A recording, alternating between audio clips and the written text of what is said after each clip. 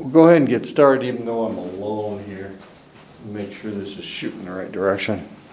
Okay, yeah, it's close enough. Anyway, last time we were talking about immunity.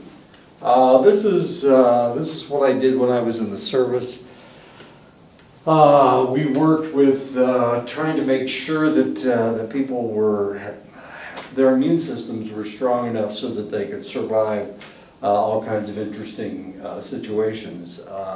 Being in the military, of course, we were dealing with individuals who'd been overseas in areas where there were questions as to whether the diseases that were out there, so we would inoculate people against all kinds of interesting problems, such as smallpox, yellow fever, dengue fever.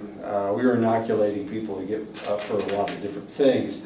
If we look at the immune system, we see that we've got all these specialized cells in our body.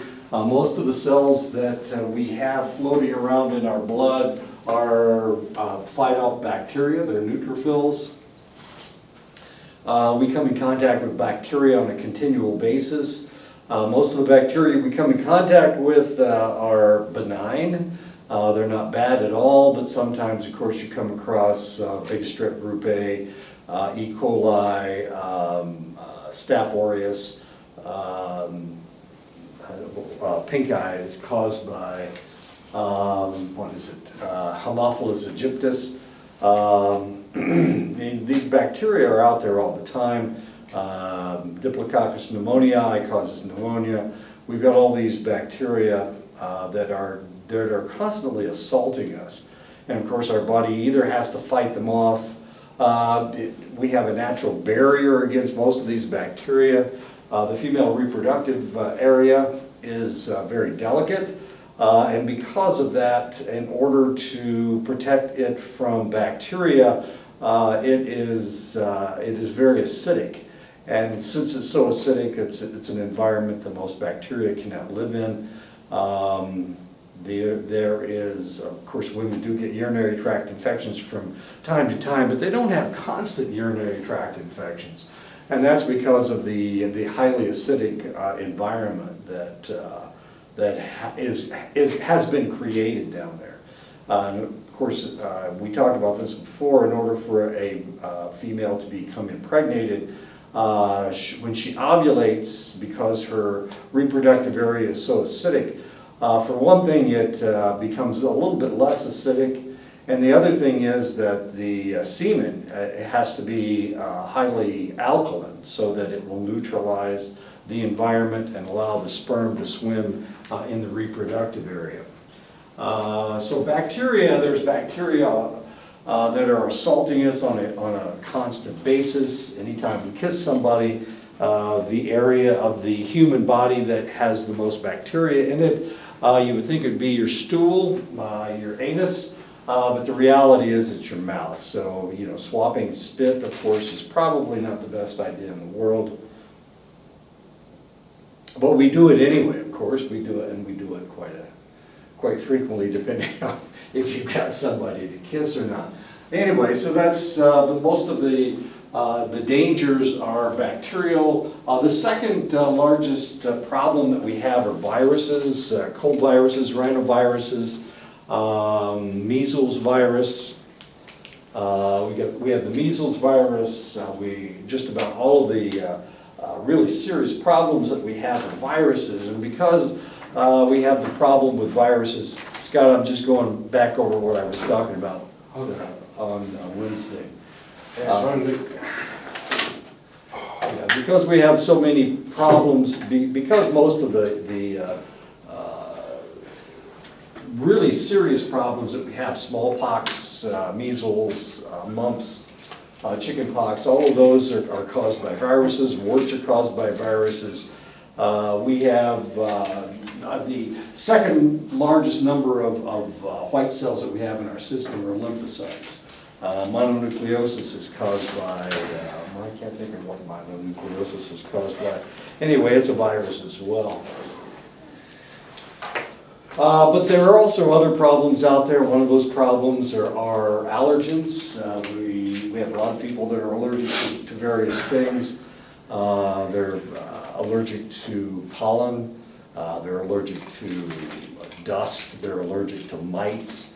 And because of that, we have eosinophils. This is a specialized white cell that fights off allergens. It also fights off parasites, such as amoeba, worms. All of these cause really serious problems. Once I was working in, sadly, I was working in parasitology, and I came across, of course, I was working with people's stool specimens, unfortunately, and we had to test everybody. I know, you gotta do it. I mean, you gotta make sure that these people aren't carrying around all kinds of god-awful parasites. You know, our battalion, because we go places that conventional army doesn't go, Yeah. we had to get tested. Yeah, so you had to collect a stool Yeah, specimen. they're all like, all right guys, you guys know what to do, like we know what we're doing. Yeah, that's the way it works. And somebody had to look at it, and that was me. I was the guy that got to look at everybody's stool specimen. Not the most pleasant thing in the world, but you're looking for parasites, and of course, you need to be fastidious about it. You need to take a good look at what's going on. Otherwise, somebody could have a parasite and not be treated for it. Parasites can cause all kinds of interesting problems. I was looking at a stool specimen one time, and I found an oriental liver fluke in this individual. She wanted to be a cook, and here she had a liver fluke. Well, liver flukes, it's kind of a flatworm that gets into your liver. Can cause all kinds of interesting damage. If you think alcohol causes damage to your liver, you ought to get a liver fluke sometime. Anyways, this lady had an oriental liver fluke. As it turned out, she was Korean. And she said that she was from around Seoul, but they don't have oriental liver flukes in Seoul. But they do have them up on the Yalu River. The Yalu River is the border between China and North Korea. And that's where her liver fluke came from. There's only one place you can get that sucker, and it's on that river. So she lied where she was from? She was from North Korea. She was North Korean. She said she was South Korean. It got real interesting after that. We had identified this liver fluke that you can only pick up in that portion of the world, and here she said she was South Korean, and she was obviously not South Korean. She was either Chinese or She was a spy, man. She was married. I can still remember the lady's name. You know, I've seen probably millions of names in my medical career, but I still remember this lady's name. She was married and she had 3 kids. She's married to a GI, Air Force personnel, and she had 3 kids. And they had to decide what they're going to do with her, because they knew she wasn't, she had to be North Korean. There's no way she could be South Korean. So the American government, she was an American citizen. By this time, she was an American citizen. And they allowed the South Korean government to, she had to go back to South Korea, is what happened. And after that, I don't know what happened after that. Anyway. That's crazy that like doctors can like, I'm sure forensic people that do homicide and everything, they probably know like where the person was at. Sure. Plants and stuff like Whatever, that. whatever kind of pollen we see, yeah, they do that kind of stuff. I never did that. All I did was find this lady's liver fluke. Anyway, so she had a high number of eosinophils because she had that parasitic infection. In 2003, I went on a Fulbright trip to South America and Central America. When we were in Central America, I ate some chicken that wasn't cooked very well, and I picked up a parasite. As a matter of fact, almost everybody on the trip picked up that same parasite. It was Cyclospora was what the parasite was. It almost killed 2 people. You treat it, there's only one way to kill it. Cyclospora, and that's with sulfa drugs. Well, sulfa drugs are kind of destructive, so they don't like to give them to everybody, and some people are allergic to sulfa drugs. Well, we had one lady that was allergic to sulfa drug, So they had to treat her with broad spectrum antibiotics, and it didn't work, and it didn't work, and it didn't work. I mean, they were trying everything that they could. And finally, they found one that worked. But we had picked up cyclospora from the damn chicken because they didn't cook it very well. Is that like salmonella? No, salmonella is a bacteria. No, this cyclospora is an amoeba, and it got into our system, and it was ugly. Vomiting and diarrhea, it was nasty. 2 people almost died from this stuff. We were one of the first groups to go into Guatemala after the revolution, after they declared it an open a country we could go back into. We were one of the first groups to go in there, and it was probably a mistake. Yeah, it was sad. Anyway, so that's eosinophils. Monocytes, of course, are specialized. They encapsulate cancers. Basophils, of course, are wandering around looking for heavy metals.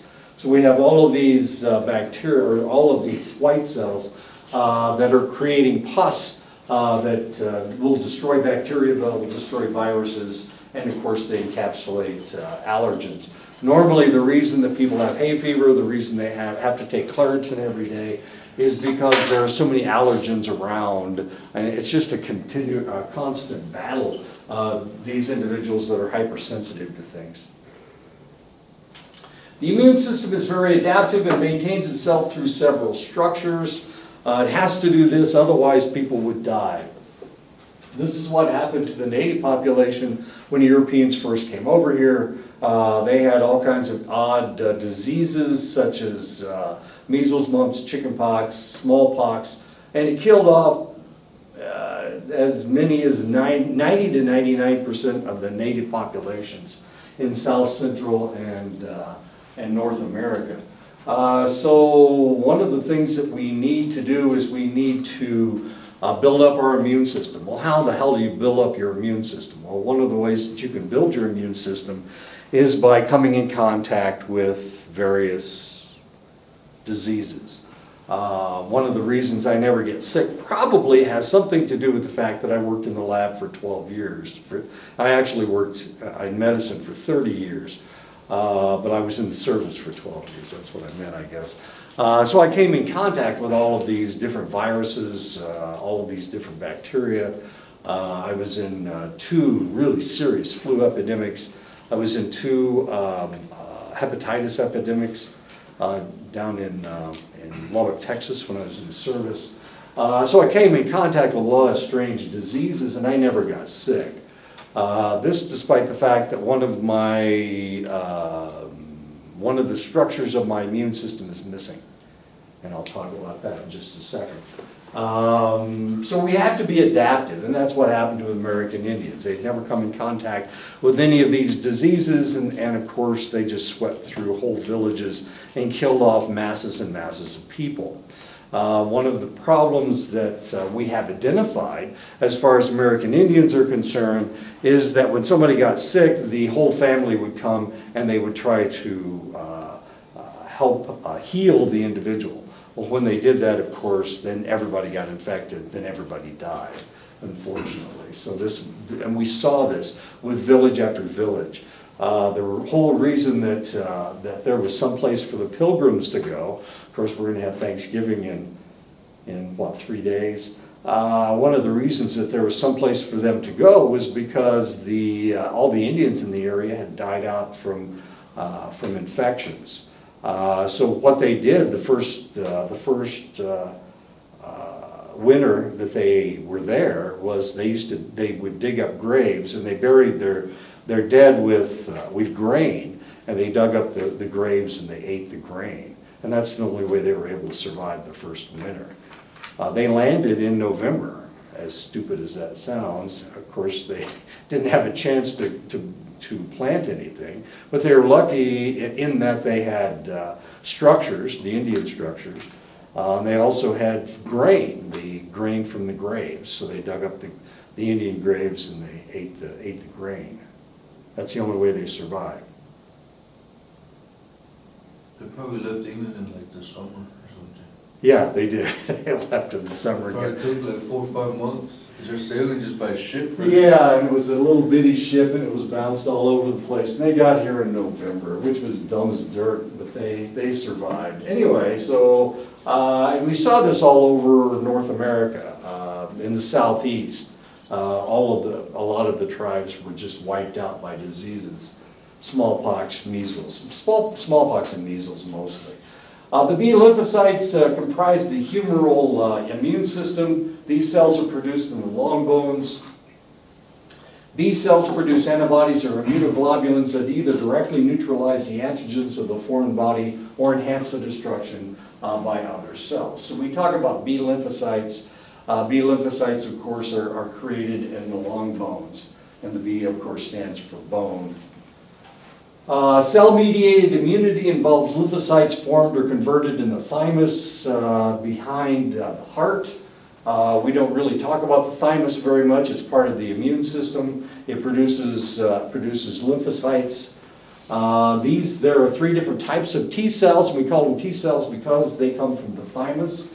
We have the thymus, of course, is a very functional organ until you go through puberty. After puberty, you don't need it so much anymore. So all it does is converts lymphocytes. But before, while you're a child, this is when you need your immune system the most. You're building up your immune system. So the thymus is very active as you are an infant, then a toddler, and then a child, and then an adolescent. The thymus is very active. The thymus also produces a type of pre-steroid. It produces DHEA, and it tries to protect you against all the stresses of being a child. There's 3 different types of T cells. The T helper cells that produce interleukin and lymphokines. It's the T helper cell that is infected by the HIV virus. And that's one of the ways that we fight HIV is with interleukin. There are T killer cells, and these are cells that wander around the body and destroy bacteria. They destroy anything that invades the human body. And then the T suppressor cell, which suppresses humoral reactions. And as I was saying last time, one of the problems that we have is autoimmune diseases. The reason that we have autoimmune diseases is because the T cells have gone berserk, and the T suppressor cells aren't working very well.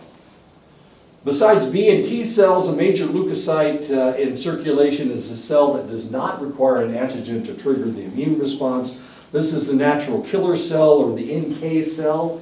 It is a free-floating granular lymphocyte that recognizes stressed or alien cells and destroys them without the antigen-antibody connection. So it kills cells that need to be gleaned from the body. The human body is constantly producing cells. The cells are getting old. As you get older, and I am right there, I'm in my 70s, I'm fairly lucky because my immune system is fairly strong, so I'm doing okay. Potentially, as you get older, your natural killer cells become less efficient. And so all kinds of strange things happen to you. Of course, your immune system isn't as strong. And for this reason, they tell people that are as old as I am that we need to make sure that we get our flu shot. I never get a flu shot because the flu shots always make me sick.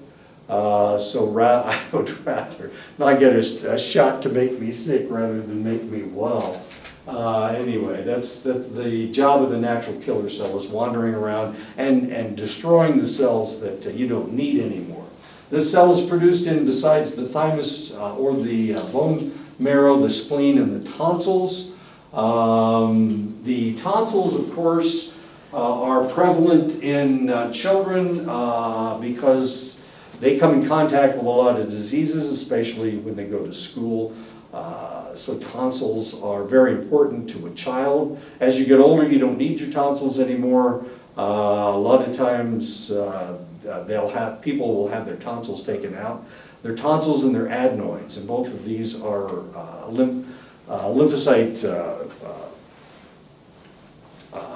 massing points, where lymphocytes, masses of lymphocytes will get in the tonsils and the adenoids to fight off respiratory infections. That's the reason they're there. A lot of people have their tonsils taken out. I don't have any tonsils. I had my tonsils taken out when I was 20. I was getting, I didn't need my tonsils anymore, and I was getting all kinds of interesting, my tonsils were becoming inflamed a lot. So all I had to do was spend any time in the cold and my tonsils would flare up. And then I'd have tonsillitis for a couple days until things got better. Eventually I had them taken out when I was 20. Now the interesting thing about your tonsils, it's a very vascularized area because of course it's got a lot of blood vessels feeding into it because it's part of your immune system, so you need a lot of circulation in the area. When you're a child, of course, this is no big deal, but as you get older, of course, now we got a problem. Mine were taken out when I was 20. I almost bled to death on the operating table because of the highly vascularized area. The first thing I did when I woke up was I vomited a stomach full of blood because I had swallowed that much blood during the operation. So is it last way to wake up? Yeah, it's a great way to wake up, yeah, vomiting blood. So, like, how do they take them out? How do they take them out? They're in the back of your throat. They just kind of go back there and So chop just- them out. They're on both sides.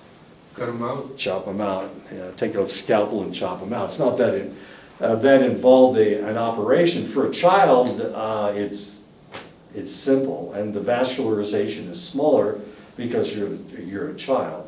But my vascularization, of course, was a little bit more extensive than that, and I almost bled to death. That's the first time I got blood. I got 2 units of blood. And it took What's considered a unit? I'm sorry? What's considered a unit? Pint? Yeah. I know pint, because it's like, that's a beer. There you go, it's a pint. That's how they do it in Germany, man. They don't measure by like ounces, it's pints. Liters, they measure by liters. While most of the leukocytes circulating in the body are granulocytes, various organs will act as staging areas or modification areas in case of a viral infection. So we have all of these organs that are there. One of them is our tonsils, of course. One of our major staging areas for our lymphocytes is our spleen.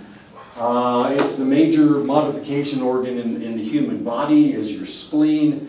The spleen normally contains 40% of the natural killer cells, 25% of the B cells, and 10% of the T cells. So your spleen is very important. It's sitting there and it's waiting for you to get a viral infection. So what happens if you don't have a spleen? And you sick with it? You got all this stuff floating through your body all the time. You got all So these it's cells like because you've got no staging area for this. So it's like a filter? It acts as a filter. It acts as a filter for your red cells too. Your spleen does. And I don't have one. I lost my spleen in 1985 in a soccer game. I was playing soccer. I know, stupid. Anyway, and they told me when I lost my spleen, it was dumber than you think. Because I went in, of course I was playing soccer, I was 85, I was in my 30s. And I'm playing soccer and I'm really healthy, you know, I only weighed like 160 pounds, I'm solid muscle. So I went in after the guy hit me and I said, I think my stomach's distended. Well, they looked at my stomach and it was flat, of course, and they couldn't see anything. I know. So they x-rayed it and they said, oh, I can't see anything. So they sent me home and he ruptured my spleen about, I don't know, about 4 or 5 o'clock in the afternoon. This is on my mother's birthday, by the way. And so then I went into the hospital and they said there was nothing there. They said I had bruised ribs. So I went back later on because I felt like shit. And they looked at me again and they said, no, I don't think there's anything wrong. You just have bruised ribs. Stop coming in. That night, I was getting ready for work, and when I lifted my arm up like this, and I could feel something tear in there.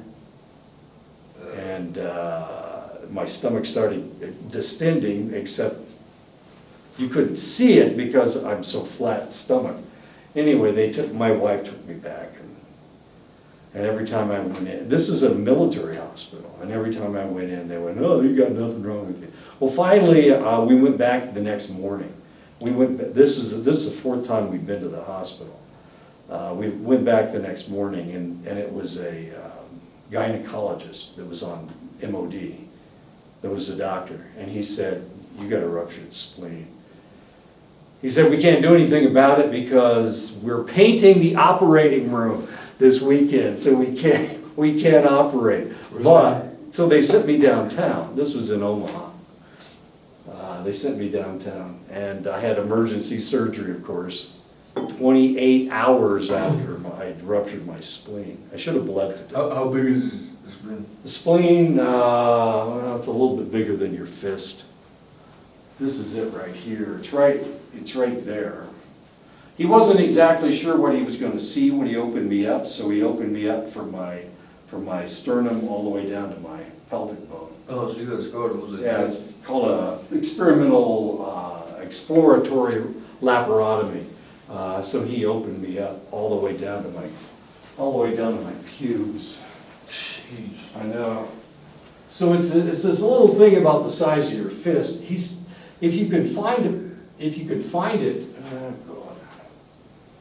If you can find it, then they can leave part of it. They'll leave part of it, and it will regrow. You can grow your spleen back, but there wasn't anything left. He said it looked like a hand grenade had gone off in my thorax. So the spleen it can grow back? Yeah, if you've got spleen tissue, there's any bit of tissue that's still intact, but I didn't have anything that was intact. It was completely gone. And so I don't have that part of my immune system, but I never get sick. I never get sick. I never catch the flu. I never get bacterial infections. I never get sick, which really pisses the doctors off. Can't make money off it, man. I don't think so. But I do have a problem. There's a reason I can't get blood. The spleen also cleans out the excess nuclear material in your red cells. Your red cells don't have a nucleus. They're just living tissue without a nucleus. But my cells do, because I don't have a spleen to clean out that nuclear material. They're called Howell Jolly bodies. They're little bitty chunks of purple stuff in my red cells. So blood type are you? O positive. Me too. Yeah, easiest one. It's good. What is it? We can give to anybody, but we just can't accept. We can give to anybody. But we can only accept O positive? Or does it have to be? Yeah, we don't have O positive. We can get blood from anybody. Well, we can give blood to anybody. Because we don't have, O means you don't have, you don't have that antibody, the A antibody or the B antibody. So we can give to A's and B's, but we can't receive from A's and B's. We can only receive from O's. Okay. But the vast majority of people in the United States are O positive, so we're in good shape. Usually we're in good shape. We can, and we have we're Rh positive, so we have the antibody for the rhesus antibody.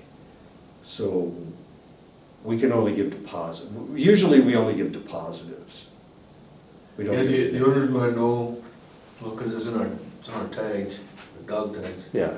And I was like, okay, this is what. I got my dog tag right here. Yeah, Corey has mine.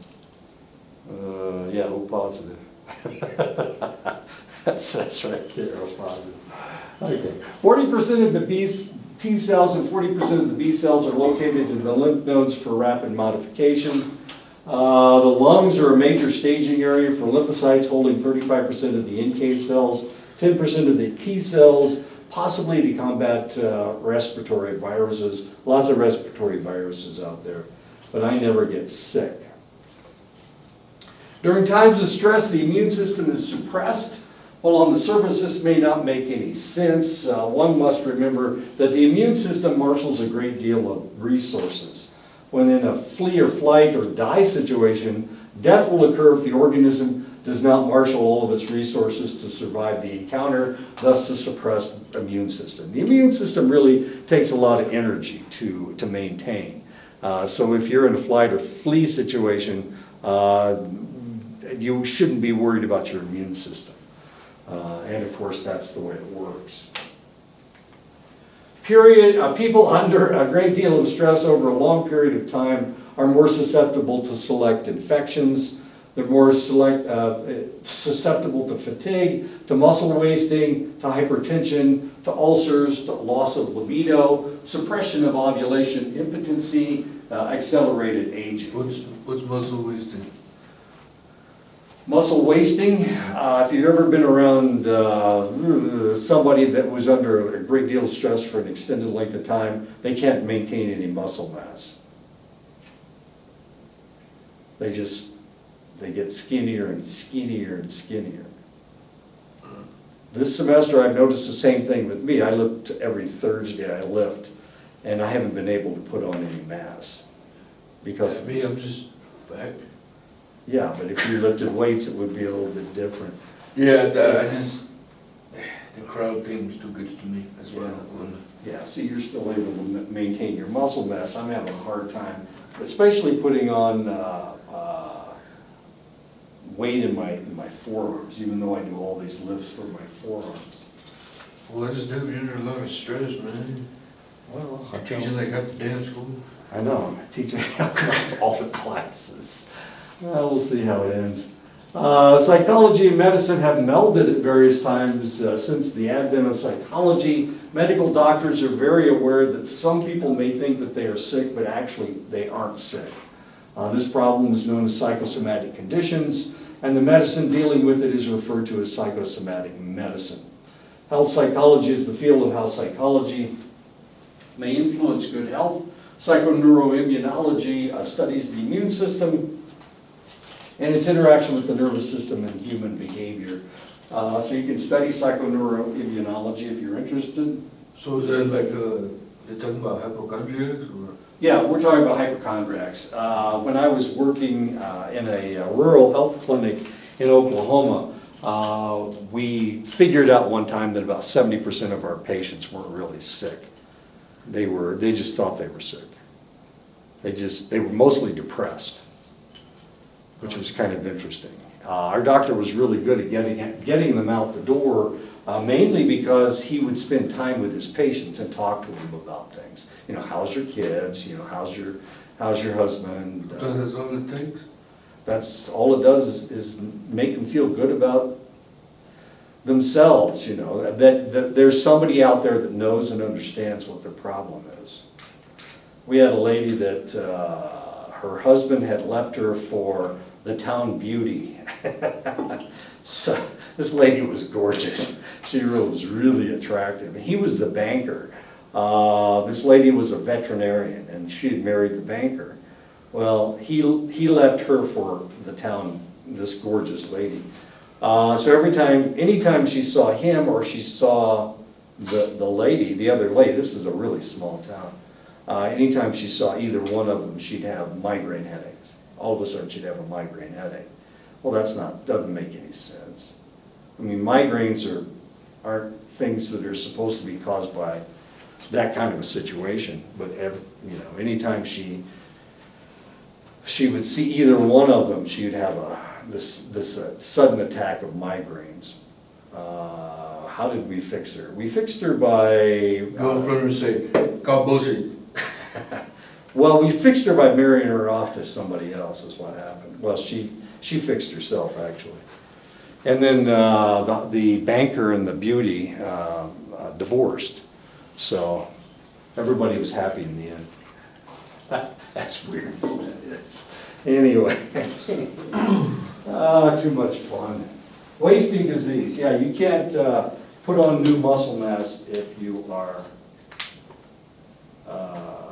if you're under a lot of stress. It's the worst time in the world to lift weights. Well, you got to maintain yourself. I don't know, because some of my Joes, when they would feel stressed out, they would go freaking lift and they'd feel better. Yeah, well, it increases your testosterone, so yeah, they make them feel better. Should make them feel better because it increases your testosterone. You've got different hormones splashing through your system. Okay, we're going to look at the biological basis of behavior disorders. We're going to look at psychopathology. One of the major things we're going to look at is schizophrenia, maybe. What does pathology mean? Pathology means a problem, a disease. Yeah. And then they just add a prefix to it to define what. Psychopathology, exactly. Yeah. So this is a problem in the brain, Okay. yeah, mental illness in essence, psychopathology. According to a study by the National Institutes of Mental Health in 2005, 32.2% of the population in the United States will have a psychiatric disorder sometime in their life.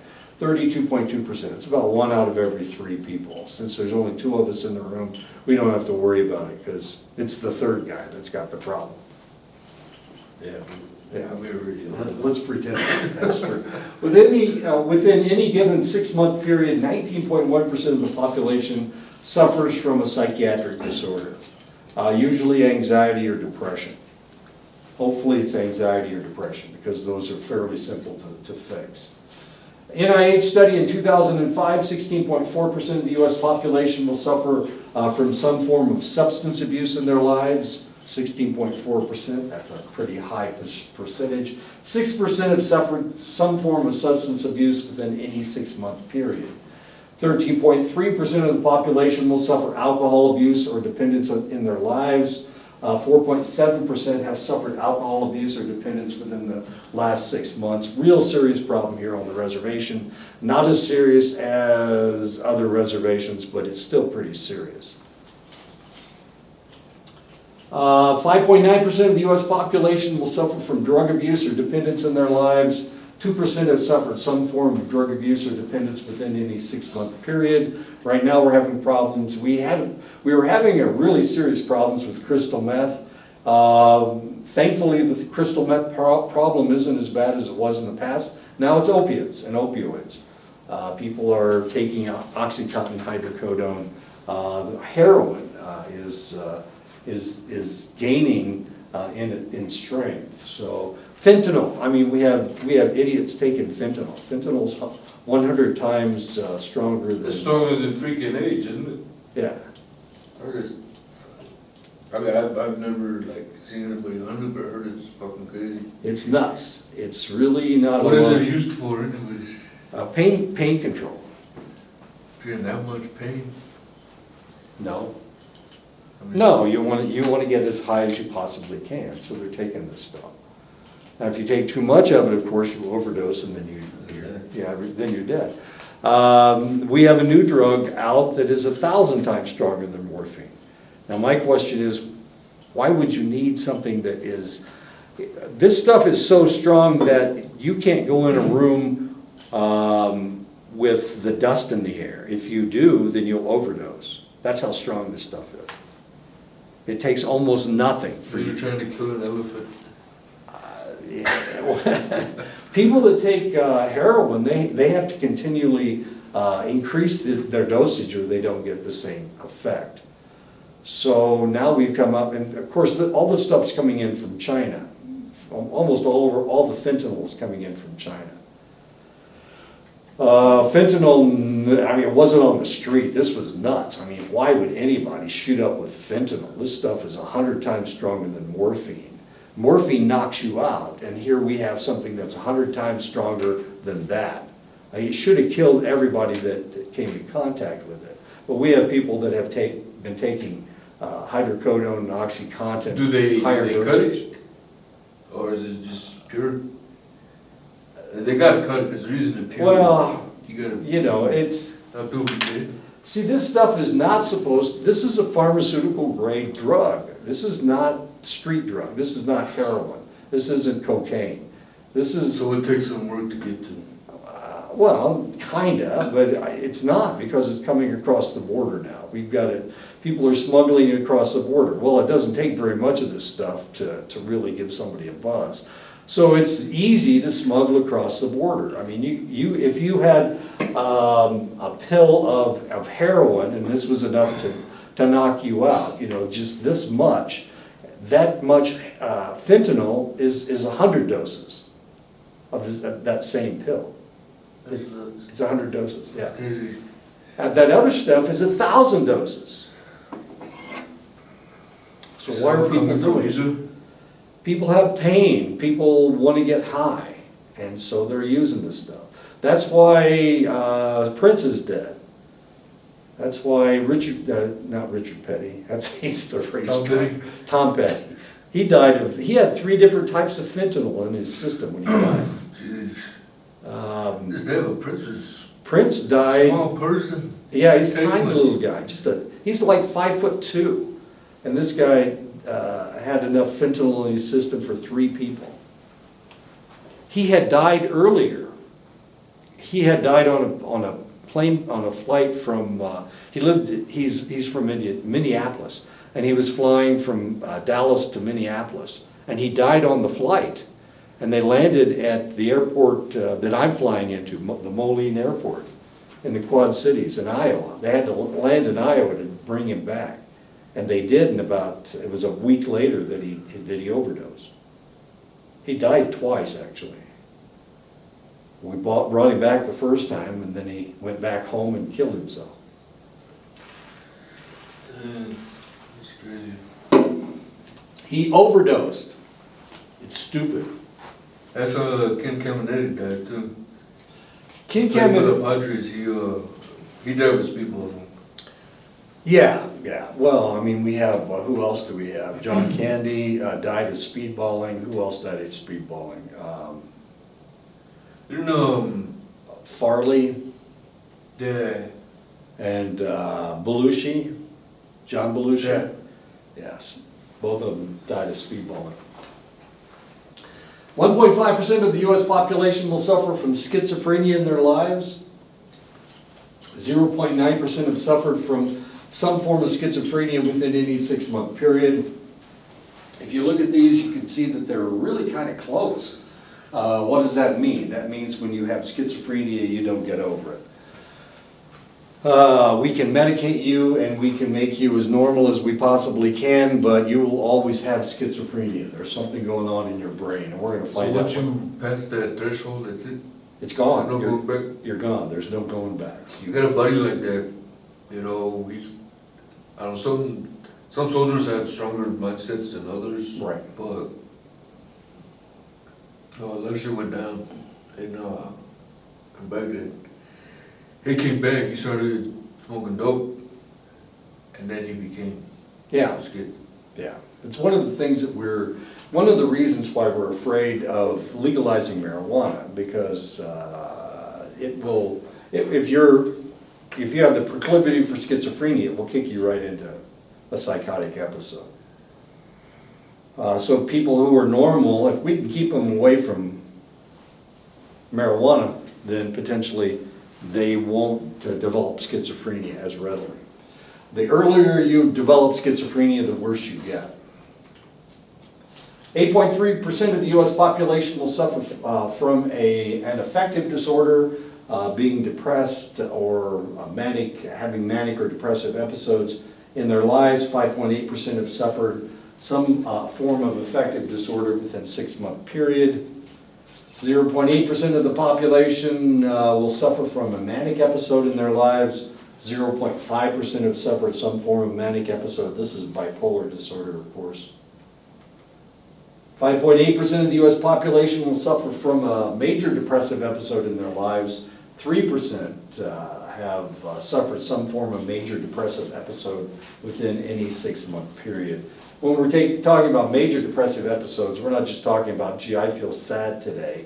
We're talking about not being able to get out of bed, your face looking like you just died because you have no facial expression whatsoever. This is an individual that can't cry because they can't work up that much emotion. So we're talking about major depressive episodes.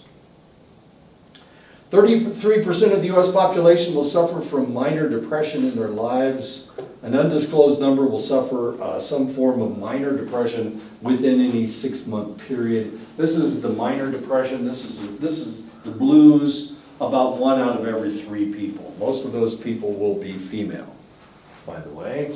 14.6% of the US population will suffer from an anxiety disorder in their lives. 8.9% have suffered some form of anxiety disorder within any 6-month period. That's anxiety, that's paranoia, that kind of thing. Being afraid to go outside. 12.5% of the US population will suffer from a phobia in their lives. Usually the phobia has to do with snakes or spiders or some animal phobia. 7.7% have suffered from a form of phobia within any 6-month period. They have started making movies about other people's phobias. There is a clown phobia that people have. People are afraid of clowns, and now they have It, I guess, out there. They've got Pennywise. Yeah, but that movie's like, first came out in like early 90s. Yeah. Tim Curry's the clown. Yeah, it's stupid. It's stupid.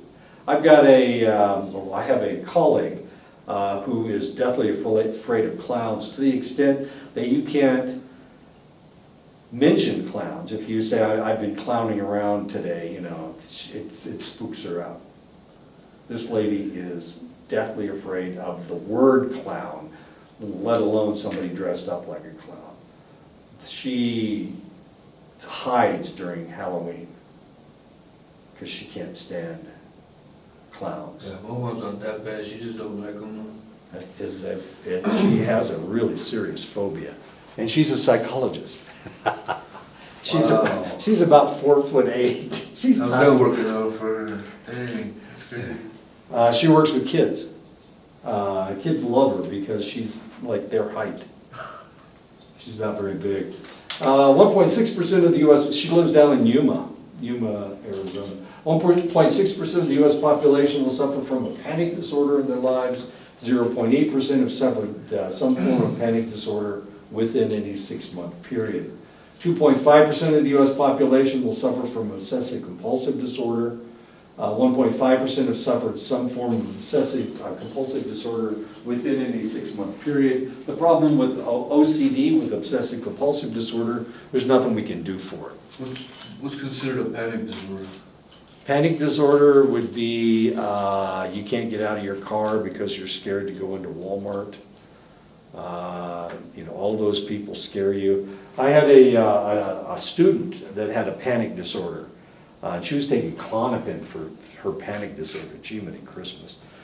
She was driving down the road one day and she was afraid that every car that was coming toward her would veer off the road, would veer into her lane, and she'd have a head-on collision. She had to pull off the road. She couldn't drive. Unfortunately, she had her two kids in the car. One of them was like 9 and the other one was 6. So she didn't have any way to get home. So she called her dad, and her dad lived like 150 miles away. She sat on the side of the road until he showed up. Wow. Because she couldn't drive. She had to sit, and she was sitting on as far away from the road as possible. She was that panicked. I've had something like that. I don't like overpasses. Okay, Bad experience, okay? sure. Don't go to Albuquerque. I've already been, but it's a lot better now. But Okay. I got stuck underneath one. It was me and a friend of mine, and I got stuck. I literally walked out of the car and walked was like, you gotta drive my car, man. Cause it was a choke point for us in Afghanistan. Mm. So it was just. Oh, yeah. Yeah, Intel was shitty as it is right, 80% of the time. right. So, yeah, but I mean, it's got a lot better. I mean, I still like, I mean, here at Corey, like when we pass one, my shoulders go up. Right. And then as soon as we go for past it, they're put back. So it's a little. Yeah, that one overpass, where 25 and 40 merge, and you've got those two overpasses, one goes way up and the other comes down. Geez, going up on that, the overpass from 25 to 40? Yeah. Wow, you're way up in the air. No, I mean, the height doesn't bother me, it's just that, we were taking smaller and farther from the damn bridge. Right. And they freaking blew it up. Oh, they blew up the bridge. Yeah. That's what was happening in New Orleans during the flood, Katrina. There was somebody on the bridge sniping people. As crazy as that is. A study by Kessler and his colleagues in 1994 disclosed that almost half the population would suffer from a psychiatric disorder in their lifetime, 1 out of every 2. 30% of his respondents reported a psychiatric disorder within the previous 12 months of the survey. So there you go. Once upon a time, most of the people with a mental disorder didn't actually have a mental disorder. Well, they did, but it was caused by a bacteria, as weird as that is. At the turn of the 20th century, 20 to 25% of the inhabitants of mental hospitals around the world suffered from delusions, grandiosity, and euphoria, poor judgment, impulsive and capricious behavior, and profound changes in their thought structure. In 1911, we identified the problem as syphilis. They had paresis, which is when the bacteria gets in your brain. It was paresis. This is in 1911. Since the development of antibiotics, the number of people suffering from paresis has been reduced to 0. This is what the bacteria looks like. This is what the syphilis bacteria looks like. As you can see, it's a spirochete. It's shaped like a corkscrew. All the other bacteria that you ever see look like this or they look like that. Almost every bacteria you see will either be a cocci or be a rod. But syphilis is a spirochete. It looks like it's a worm, a spiral worm. This is what it looks like when it gets into your brain. As you can see, it's masked in this person's brain. So what happened? It creates holes in the brain. It's kind of like mad cow's disease, except it's not quite that bad. I was in the service in the early 70s. We still ran into these people from time to time. People that had come down with syphilis, and they hadn't treated them early enough so that it didn't get into their brain. But we saw these people, really interesting people. It fuses your spinal cord, in your lumbar spinal cord. So these individuals can't bend over, and they're always stiff. And so they walk around like this. So it looks like they're marching, you know. And everything's fine except their back is stiff. And of course they're really kind of, they have all kinds of interesting delusions and whatnot. Most of these people are dead. Winston Churchill's mother and father died of syphilis. Back then, of course, we didn't have any antibiotics to treat them with. One of the things we were treating them with at the turn of the century was mercury.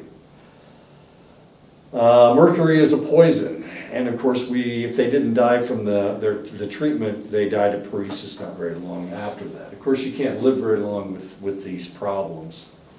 Anyway, so most of the people in the mental hospital, well, 20 to 25% of the people in mental hospitals were suffering from syphilis.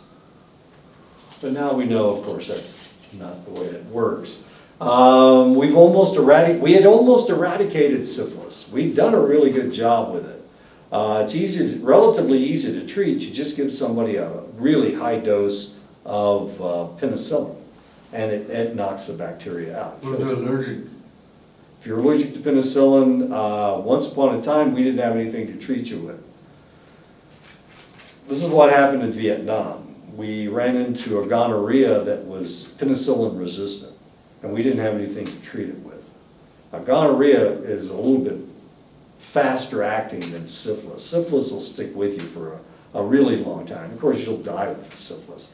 But gonorrhea, of course, gets into your reproductive area. And when it gets into your reproductive area, it's very painful.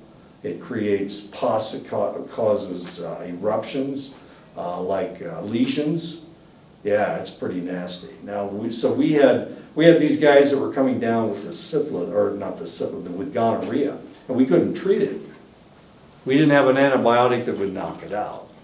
This was in the 70s, 60s and 70s. So what do you do with somebody who's got gonorrhea and you can't treat it? What do you do with them? What would you do with them? Got all these soldiers that picked up, well, there weren't actually that many. What do you do with them? Do you send them back home? Article 15. That's Government property. There you go, destructive of government property. Well, actually, that's what they were. I didn't know that was a real thing, but a guy got in Article 15 for getting sunburned. Oh, yeah. What the hell? Yeah, sure. He goes, Destruction "Yeah, I of got government. sunburned, dude." Sure, he lost all that time. Well, no, he didn't get, he just got council payment from his SEO. Oh, I've seen people with Article 15 I was for all like, sunburn. This happens in the Air Force all the time. You miss a day of work because you got something because something happened to you that you caused, sure, they'll give you an Article 15, right? Especially SAC. My God, SAC was horrible. So what'd you guys do with the gonorrhea? What would you do?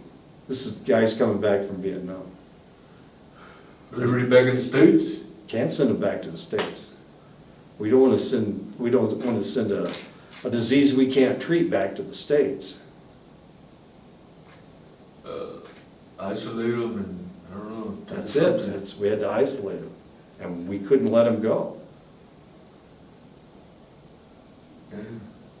We had to lock them in a hospital. So what happened to them? Most of them died. That's where some of the MIAs came from. Wow. Yeah, that's how you get into them. There was an island, there's an island in the Philippines. Well, it was on a peninsula. And that's where the seals trained, on that peninsula. And so we sent them to a hospital at the end of the peninsula. And the seals were supposed to keep these guys from escaping. Oh, really? I mean, if they got out, they'd infect the Filipinos, like kinda. Well, actually, they didn't feel much like having sex. But anyway, yeah. And we kept them there until we invented an antibiotic that would knock out the gonorrhea. Most of them didn't make it though. It's pretty ugly. Most psychologists consider schizophrenia the most serious of mental disorders. Schizophrenia is known in every culture around the world. 1% to 2% of any population will suffer from the symptoms of schizophrenia. We see this everywhere. We see it in Afghanistan, we see it in Indonesia, we see it in Malaysia, we see it in Russia, we see it in Europe, we see it in South America, we see it in Australia, we see it in China. So with all populations, we have this problem with schizophrenia. 1% to 2% of the population. As bizarre as that sounds. While the description of the symptoms of schizophrenia has changed over the years, the symptoms themselves have remained basically the same. There's two different types of symptoms. We have positive symptoms, which means that something is added to their personality. We have negative symptoms, which means something has been taken away. The positive symptoms include hallucinations. Normally we don't have hallucinations. If we add this to your psyche, of course, now that's an addition. Hallucinations and delusions, excited motor behavior. So we got all this extra movement taking place. So those are the positive symptoms. The negative symptoms are slow and impoverished thought and speech. So something has been taken away. They don't think and they don't speak like they used to. We can't get them to say more than monosyllabic words. Emotional and social withdrawal, and so something has been taken away. They don't show the emotions that they did before. If you've ever been around somebody with schizophrenia, they've almost got a dead face, like people with depression. Blunted facial expressions, that's what I was talking about, the blunted facial expressions. Something has been taken away. Now here's the really strange part. If somebody comes down with schizophrenia and they have positive symptoms, then we can treat it, and we can treat it so that they look normal. The hallucinations will go away, the delusions will go away, the excited motor behavior will go away. However, if they develop negative symptoms, something has been taken away, that never comes back. It's always gone. It's like that part of their brain is gone. The part of their brain that gives them their facial expressions, it's gone. So like CPT wouldn't work, CBT wouldn't work, nothing? No, nothing works on these guys. They're going to be walking around like somebody who's had their head cut off. If you've ever seen a decapitated head, have you ever seen a decapitated head? Yeah. Yeah. Twice. The muscle, they have no muscle strength at all. And it just looks like everything's looks like their face is dripping, because they don't have any, their muscles aren't. Yeah, anyway. That's the way they look, and they can't get it back. They'll never have facial expressions again. It's gone forever. So if they develop any negative symptoms, the slow and impoverished thought and speech, they'll never be the same as they were before. Emotional and social withdrawal, they'll never be able to get back into society. So as long as they just develop positive symptoms, they're okay. As soon as they start developing negative symptoms, that's it. There's just not a whole lot that can happen. I'm going to explain to you why in just a second. Family studies of schizophrenia is genetic that relatives of schizophrenic should have a higher incidence of schizophrenia than the public at large. While the general population has 1 to 2% incidence rate, parents have an incident rate of 6%, siblings 9%, and half-siblings 6%.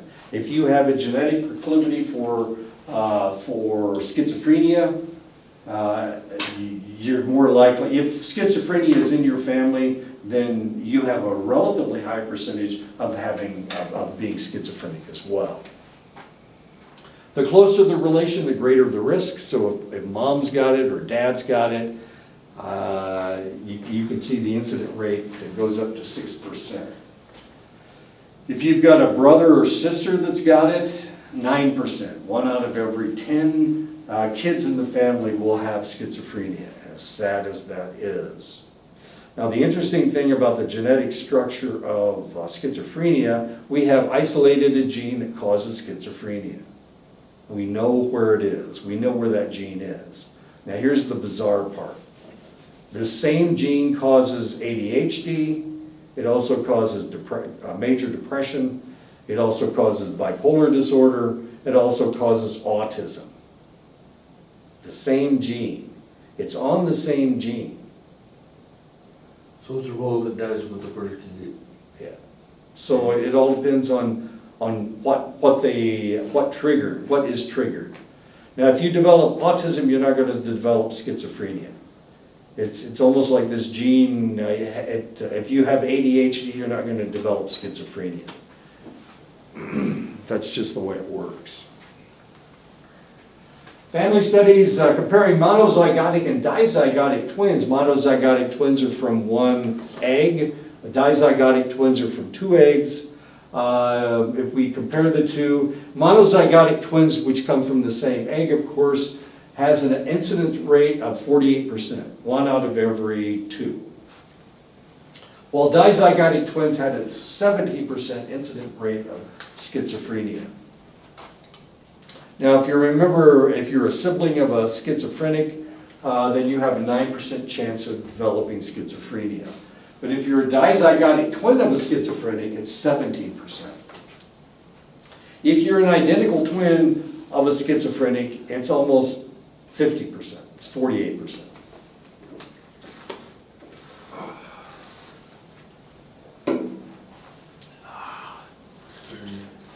So if you've got a parent with schizophrenia, you have a 13% incident rate. Which is kind of scary if you think about it. So if I had a parent, and I have nieces, I have 3 nieces whose father is schizophrenic. And so they have a 13% chance of developing schizophrenia. And there's nothing we can do about it. Work by E. Fuller Torrey has shown that when one twin is different, it is observable early in life. This is the weirdest thing in the world. Research by Torrey looking at discordant monozygotic twins shows that the twin that develops a schizophrenia is the lowest birth weight and the one who is the most abnormal throughout their life. So you can see it. You can track these 2 kids, and you Yeah, can, but is that the case all the time? yeah. With the lowest birth rate, it could be something else. Yeah, well, normally if you have twins that are born, one of them is heavier than the other. Sometimes one is a lot heavier than the other. We had a case in when I was working in Vienna, Virginia, of a set of triplets. There were 2 boys and a girl. Now the weird thing was, the 2 boys were identical twins, and the girl, of course, was a dizygotic. Was a trizygotic triplet. No, she was dizygotic because the 2 boys developed from one ova, and the little girl developed from another ova. So here the mother has 3 babies in her womb, and of course they're all attached with the umbilical cord. Now the strange thing was that the 2 boys took almost all the nutrients. So the 2 boys were born normal. The little girl was born underweight. The 2 boys were weighed in about 6 pounds apiece. The little girl weighed in at 3 pounds. Well, it was actually less than 3 pounds, about 2 pounds, 9 ounces or something like that. It was really kind of weird. So here we've got, this little girl's the runt, you know, the 2 boys. And as they were growing up, I only saw them for about 2 years. But when I first met them, when they were about 2 years old, and the 2 boys were big, and the little girl was little. She was tiny, and she had always been small, always had problems. She had more health problems than the other 2 did. She didn't develop schizophrenia. It's not like, this isn't a case of schizophrenia, but this is just a case of 2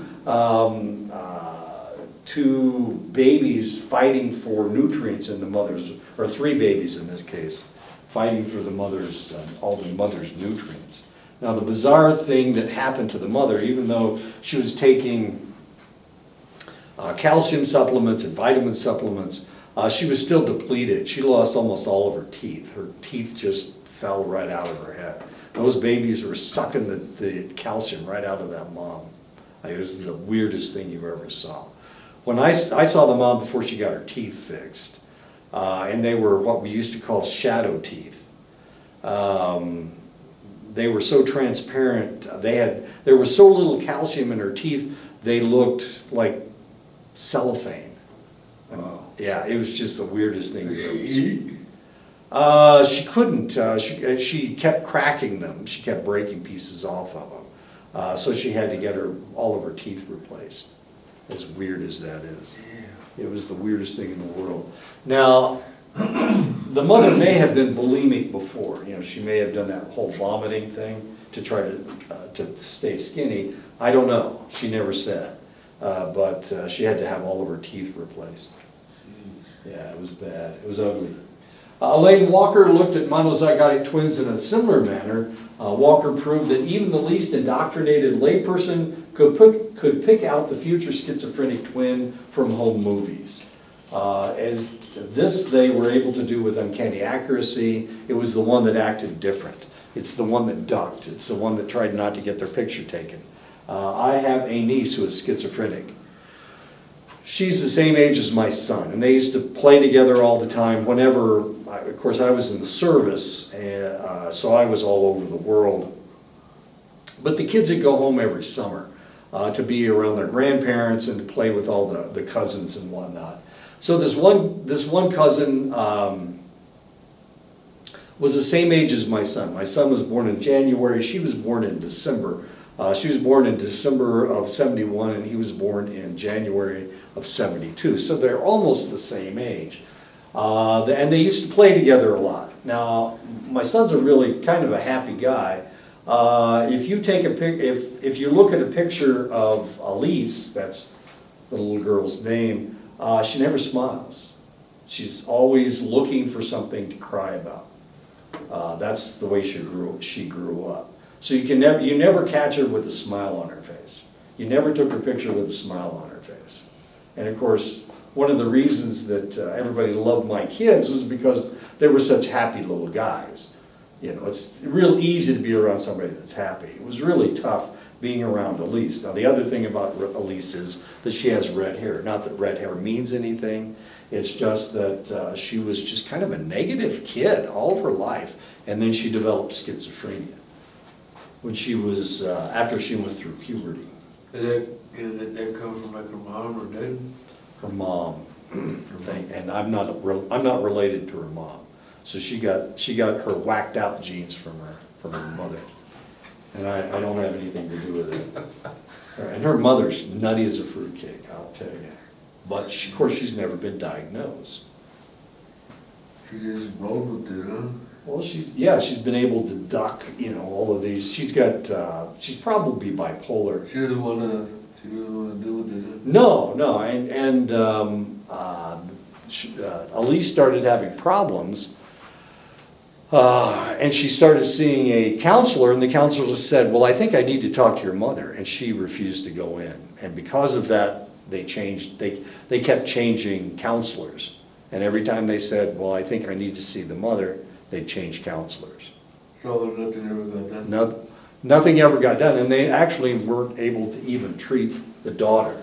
All they were able to do is give her medication. But any talking therapy, it would always come down to her mother, because her mother's crazy as a loon. And she didn't want to deal with that. Work by Levy et al. In 1993 and Stuve et al. In 1997 demonstrated that individuals suffering from schizophrenia are unable to follow a slow to and fro movement such as the pendulum of a clock. They can't follow it. Now this is the way that we treat people with PTSD. We don't force them. We tell them to follow a movement from side to side. And there's a reason that this works. And the reason that it works is because it's easy to follow something up and down.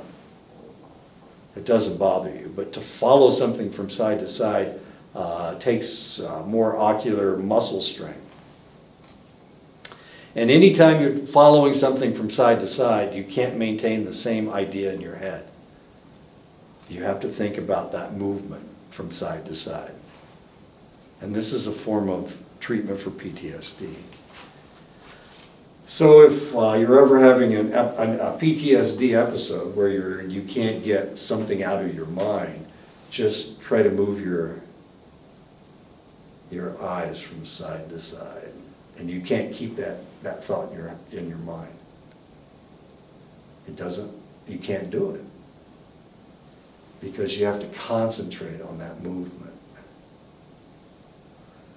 And it's so painful for your eyes to do that, to follow something from side to side. Yeah, mine lag. I don't know, my vision's just screwed up, man. I should be wearing glasses right now.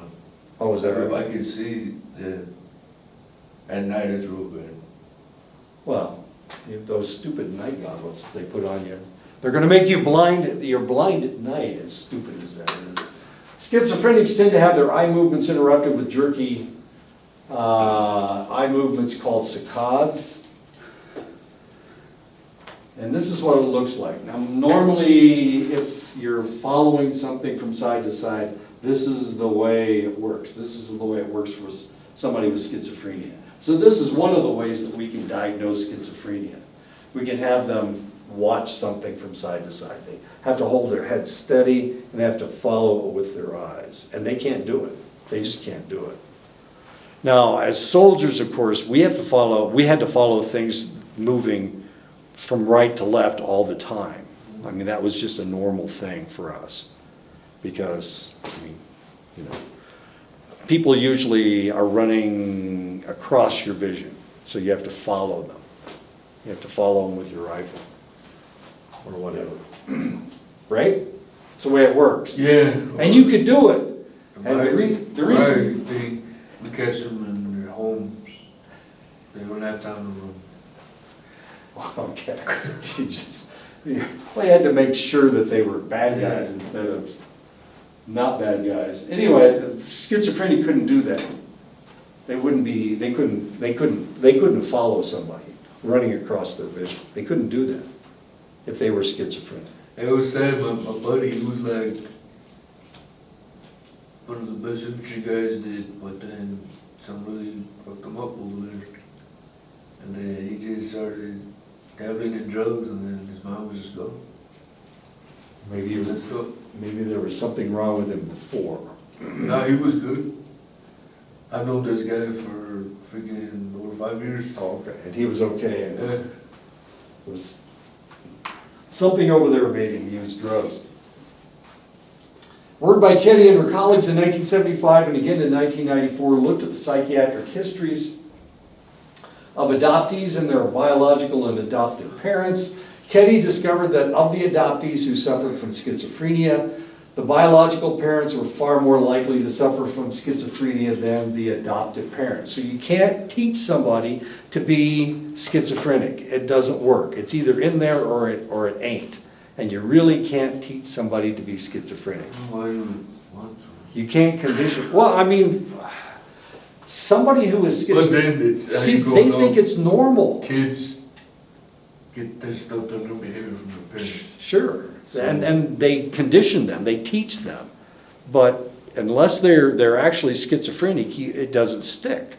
It's not going to stay with them. They're going to have different reactions because they've been conditioned. You know, it's a knee-jerk reaction, but you can't teach somebody to be schizophrenic. See where I am? Okay, we're going to talk about this next time. Let me stop right here, because you have to show me something.